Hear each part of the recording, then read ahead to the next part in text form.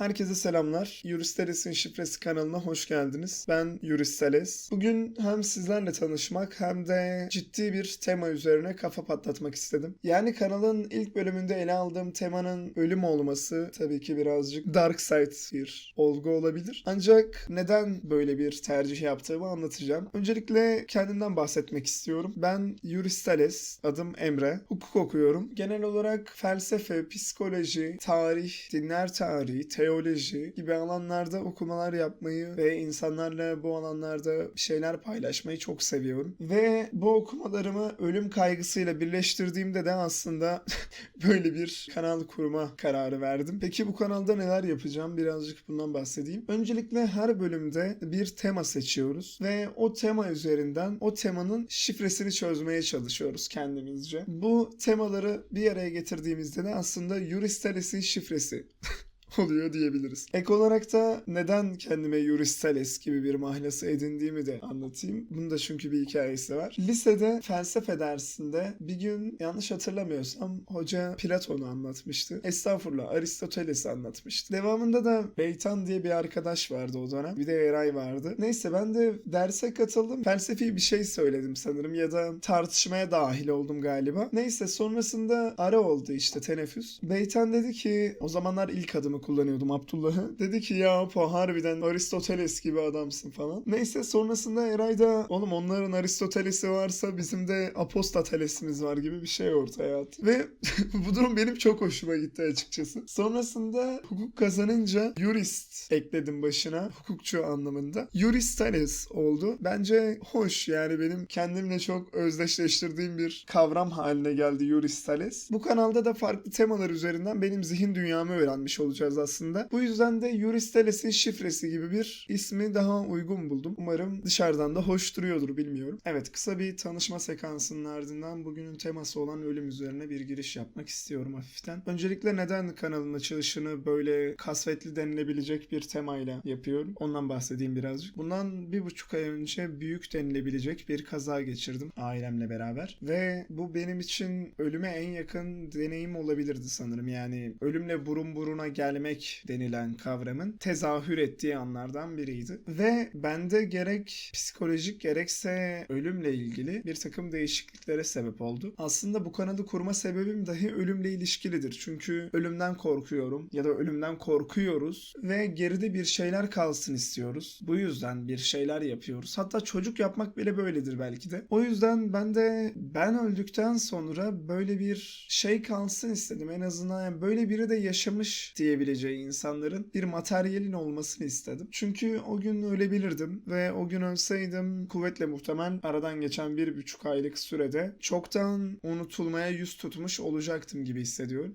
Çok mu önemli benim unutulmam? Aslında değil. Ya da öldükten sonra benim hatırlanmamın bana bir etkisi var mı? Kesinlikle yok. Ama varlık var olmak istiyor abi ya ister istemez. Çünkü hani kimin sözüydü hatırlamıyorum ya da ya sözden ziyade genelde ateist kafada şey vardır ya abi hani var olmadan önce de hiçtik, öldükten sonra da hiç olacağız. Bu sebeple ölümden kaygı duymaya gerek yok. Ama aslında böyle değil. Çünkü evet var olmadan önce hiçtik. Ancak şu an varız. Ve hiçken varlığa sahip değildik. Sahip olmadığın şeye o kadar da üzülmezsin. Ancak şu an varlığı deneyim ettiğimiz için bir şeye sahip olup kaybetme hissini yaşamış oluyoruz. Daha doğrusu bunun anksiyetesini güdüyor oluyoruz. Yoksa pekala Epikür'ün de dediği gibi ölüm varsa biz yokuz, biz varsak ölüm yok. Yani ölümü deneyim ettiğimizde öldüğümüz için üzülmeyeceğiz. Hiçbir şey duymayacağız. Evet. Ancak varken ölüme kaygı duymak için çok sebebimiz var. Çünkü bir şeyleri kaçırıyor olacağız. Bir şeylerden mahrum kalıyor olacağız. Gibi gibi. Yani nihayetinde hepimiz ölümden kaygı duyuyoruz abi. Bu da pekala doğal. Ancak biraz üzerine düşündüğümüz zaman sevdiklerimizi kaybetmekten daha çok korkuyoruz. Kendimizin ölmesinden ziyade. Aslında o kazanın beni belki de bu kadar etkileme sebeplerinden biri de budur. Çünkü aracı annem kullanıyordu ve kazayı yaptığımızda annem bayılmıştı ve benim ayağıma el freninin demiri girmesine rağmen ve devamında ayağımda herhangi bir gücün olmamasına rağmen o an refleksif bir hareketle direkt annemi gidip işte araçtan çıkardım vesaire. Demek ki aslında sevdikleriniz söz konusuysa abi sizin çok da bir öneminiz kalmıyor. İçgüdüsel olarak. Yani bunun sebebini de ben şey olarak açıklıyorum. Şimdi sevdiğim biri öldüğünde onun acısını deneyimliyorum. Ama kendi ölümümde bir acı deneyimlemiyorum ya. Ve ek olarak bu acıdan da öte onun bana sağladığı bir haz var ya. Atıyorum kız arkadaşın öldü. Bir arkadaşın öldü. Annen öldü. Baban öldü. O sana bir haz sağlıyor ya. Onunla birlikte olmak, onunla bir şeyler paylaşmak. Ve nihayetinde bundan yoksun kalıyorsun ya. Bence sevdiklerimizin ölümünün bizi daha çok ya da ölme ihtimalinin bizi daha çok endişelendirmesi bundan olabilir. Ya da gerekçelerinden bir tanesi de bu olabilir. Tabii ölüm dediğimiz zaman ister istemez karşımıza çıkan kavramlardan biri de ölüm sonrası oluyor. Pekala bu kavrama ben başka bir bölümde daha detaylı olarak değineceğim. Ancak burada da kısa bir bahsetmek istiyorum. Şimdi ölüm sonrası dediğimiz tüm düşünceler de aslında baktığımızda hani ilahi ya da inanç boyutunu görmezsek, hani sıyrılırsak bunlardan, ölüm kaygımızla alakalı aslında. Daha doğrusu varlığın hiçliğe gitme korkusundan kaynaklanıyor. Hani tamam, evet, bu dünyada yok oluyorsun ancak öldükten sonra da bir şeyler var. İşte ya reenkarne oluyorsun, ya cennet cehennem var, ya simülasyondur, bir anda bilgisayarın içinden çıkarsın falan, ya da reptilianların arasına katılırsın falan filan. Yani birçok teori ortaya atılabilir ve bunların temelinde aslında var olan şey bizim ölüm kaygımız. Peki bu ölüm kaygısı kötü bir şey mi? Yani ölümden kaygı duymalı mıyız dediğimizde de ben açıkçası ölüm kaygısının mükemmel bir şey olduğunu düşünüyorum kendi içimde. Çünkü eğer ölüm kaygısı olmasaydı hayat bu kadar anlamlı olur muydu emin değilim. Ya da ölümü hiç düşünmeyen insanlar mı hayatı daha dolu dolu deneyim ediyor, yoksa ölümle birlikte yaşayanlar mı? Yani ölüm düşüncesiyle birlikte yaşayanlar mı? Bundan emin değilim. Bana kalırsa ölümü hayatlarının merkezine koymayıp sadece kafalarının bir yerinde tutan ve arada bir üzerine düşünen, bir şey yapacağı zaman ölümü hatırlayan insanların ben daha iyi bir hayat sürdükleri kanaatindeyim açıkçası. Şimdi o kadar ölüm dedik, ölümden sonrası dedik. Peki ölümsüzlük abi?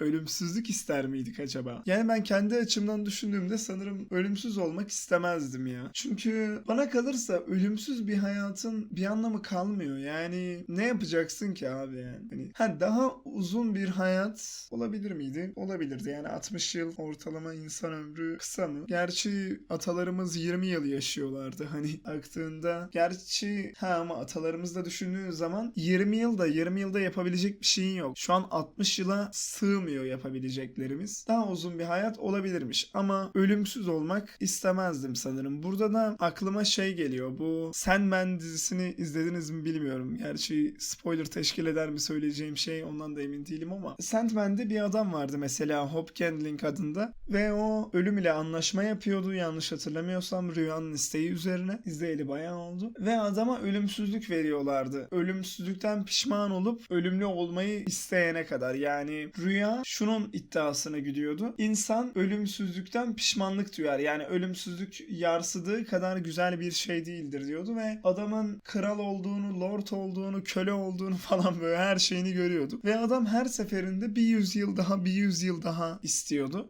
Oradaki motivasyon neydi? Köleyken bir yüzyıl daha istiyordu. Amacı bir yüzyıl acı çektim. Önümüzdeki yüzyılda haz duyma ihtimalim var. Onun için. Haz duyduğu zaman da bir yüzyıl daha istiyordu. Bu haz devam etsin diye. Şimdi eğer bireysel bir ölümsüzlük olsaydı keyifli olabilirdi belki. Yani benim ölümsüz olmam belki keyifli olabilirdi ama olmazdı. Sürekli sevdiklerimi kaybediyor olacağım. Nihayetinde ben ölümsüzlük istemezdim sanırım ya.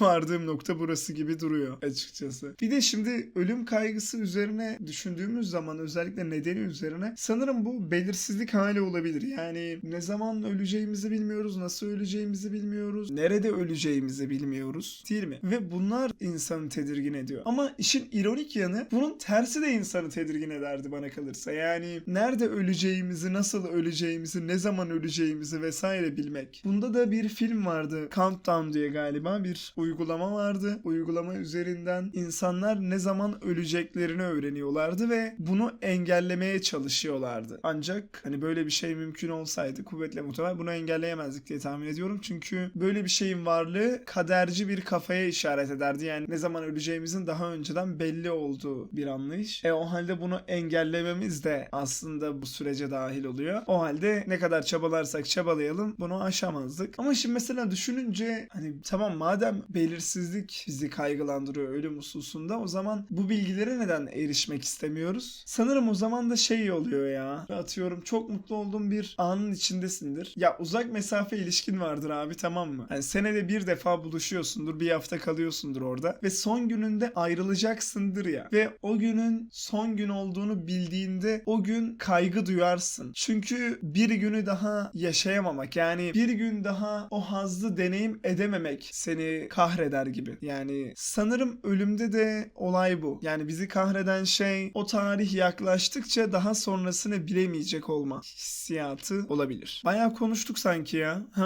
İlk bölüm için bayağı kafa ütületik, bayağı şeyler paylaştık karşılıklı olarak. Sanki bugünlük bu kadar yeter. Artık bitirelim diyorum. Yani konu nereden nereye geldi? Geçirdiğim kazadan uzak mesafe ilişkisinin azabına kadar evrilen bir konular silsilesi. Eurystheres'in şifresinin bugünkü bölümü sona erdi. Bir sonraki bölümde tekrar karşılaşmak dileğiyle. Felsefeyle kalınız, ahraz olmayınız. Esenlikler.